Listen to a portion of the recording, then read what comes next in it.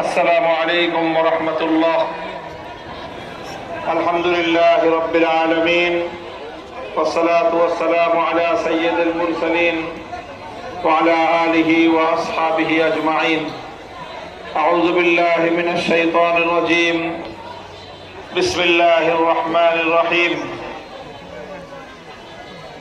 ولا تركنوا إلى الذين ظلموا فتمسكم النار صدق الله العظيم।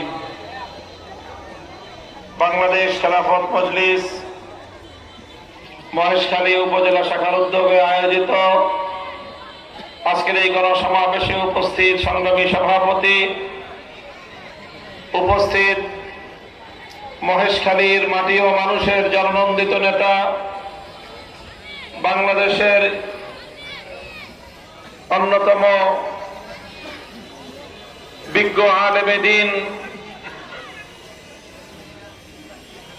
মহেশখালী কুতুবদিয়া থেকে বাংলাদেশ খেলাফত মজলিসের মনোনীত রিকশা মার্কার প্রার্থী মাওলানা ওবায়দুল কাদের নদভী কাসিমি, উপস্থিত বাংলাদেশ খেলাফত মজলিসের কেন্দ্রীয় যুগ্ম মহাসচিব মাওলানা আতাউল্লাহ আমিন সহ কেন্দ্রীয় ও জেলা নেতৃবৃন্দ, সমবেত সংগঠনের নেতাকর্মী ও সর্বস্তরের মহেশখালীবাসী, আমি আজ আপনাদের এই মহেশখালীতে দাঁড়িয়ে মহান আল্লাহ পাক রব্বুল আলামিনের শুকরিয়া আদায় করছি, যিনি বাংলাদেশের মানুষের বুকের উপর